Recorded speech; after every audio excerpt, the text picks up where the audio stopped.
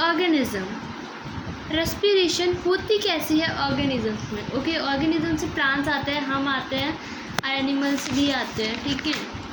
अब हम लोग क्या क्या समझने वाले हैं हम बताते हैं। Explain the process of respiration and its importance of in living beings. हम लोग रेस्पिरेशन का प्रोसेस समझने वाले हैं और वो इम्पोर्टेंस लिविंग बींग्स में कैसे है।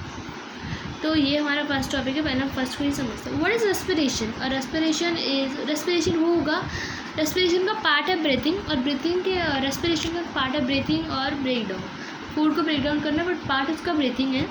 अब ब्रीथिंग देखो, हमारा जो ये जो बॉडी का जो स्ट्रक्चर है हमारी बॉडी का, उसमें दो चीज़ होती है। हम लोग सांस लेते हैं, मुँह से सांस लेते हैं, मुँह से खाना भी खाते हैं, ठीक है। अब ये जो सांस है, अब ये बताओ फूड डाइजेस्ट कैसे होता है?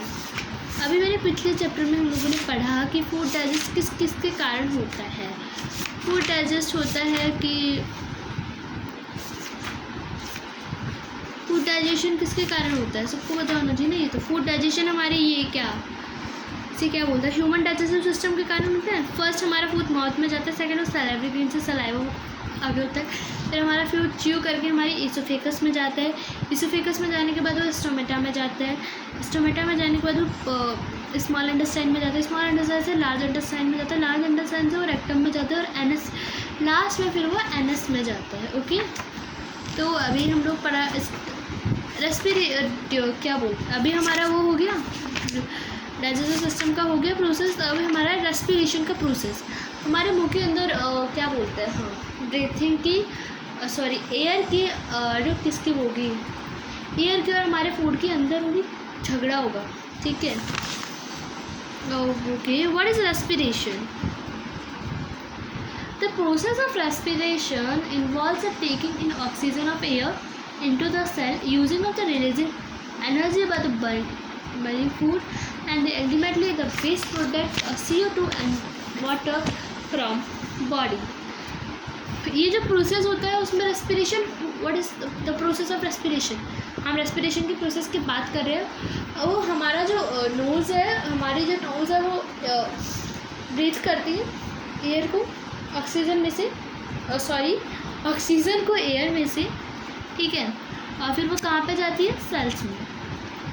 और सेल्स रिलीजिंग, हमारी जो सेल्स होती है उनके कारण ही तो हमें एनर्जी आती है। अब देखो, और सेल्स के अंदर झगड़ा होता है फूड का और ग्लूकोज का। अब सेल्स, फिर इनका झगड़ा होने के बाद हमेशा एयर ही, ऑक्सीजन ही जीतता है। फिर इनका झगड़ा होने के बाद जो हमारा फूड है वो छोटे छोटे टुकड़ों में डिवाइड हो जाता है, नहीं तो हमारा फूड है जो ग्लूकोज बन जाता है, अच्छे से ग्लूकोज जो हमारी पूरी बॉडी में चल जाता है स्मॉल में, ठीक है। अब ये जो देखो, ये वन डायग्राम, एक डायग्राम है हमारे पास।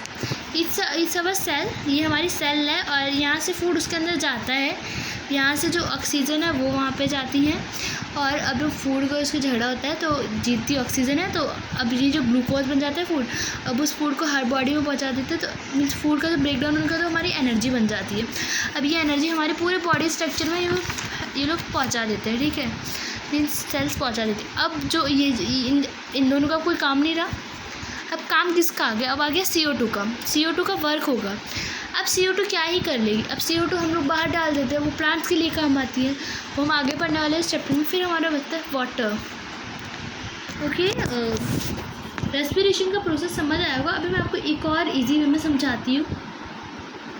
The process of break down of food को तोड़ने का हमारे सेल्स के अंदर, the breakdown of the food in the cells of body with the release of energy is called respiration। जो प्रोसेस होता है फूड को तोड़ने का हमारी सेल्स में और हमारी सेल्स के अंदर, सेल्स कहाँ पे होती है, वो हमारी बॉडी में होती है, वो रिलीज़ करती है एनर्जी। किसको रिलीज़ करती है, एनर्जी। तो वो हमारे क्या कहलाता है, respiration. We have two types of respiration. हमारे पास एक सर्कुलर रेस्पिरेशन है। अब ये होता है कि सर्कुलर रेस्पिरेशन होता क्या है, सेलुलर नॉट सर्कुलर, सेलुलर। इसमें sense the process of respiration, process क्या बोलते हैं, रेस्पिरेशन के समय विच रिलीज एक्सीज ऑन, जो एनर्जी रिलीज़ होती है फूड से इनसाइड हमारे सेल्स के अंदर से, वो हमारा सेलुलर रेस्पिरेशन कहलाता है।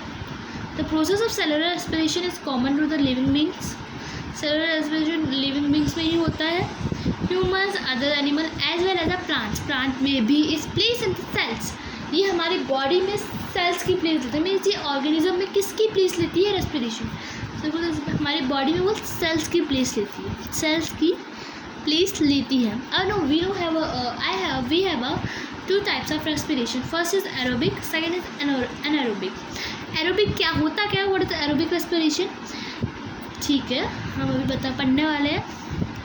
The means that the breakdown of the food like glucose to release energy can occurs in the presence of oxygen as well as the absence of oxygen।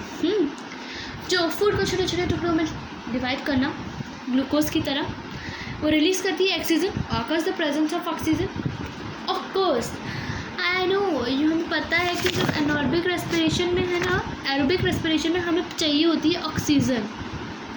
ठीक है, ऑक्सीजन हमें चाहिए होती है एरोबिक रेस्पिरेशन में, और एब्सेंस ऑफ ऑक्सीजन, हमें oxygen की ज़रूरत ही नहीं होती एनारोबिक रेस्पिरेशन में। अभी मैंने बताया two types of respiration, aerobic and anaerobic.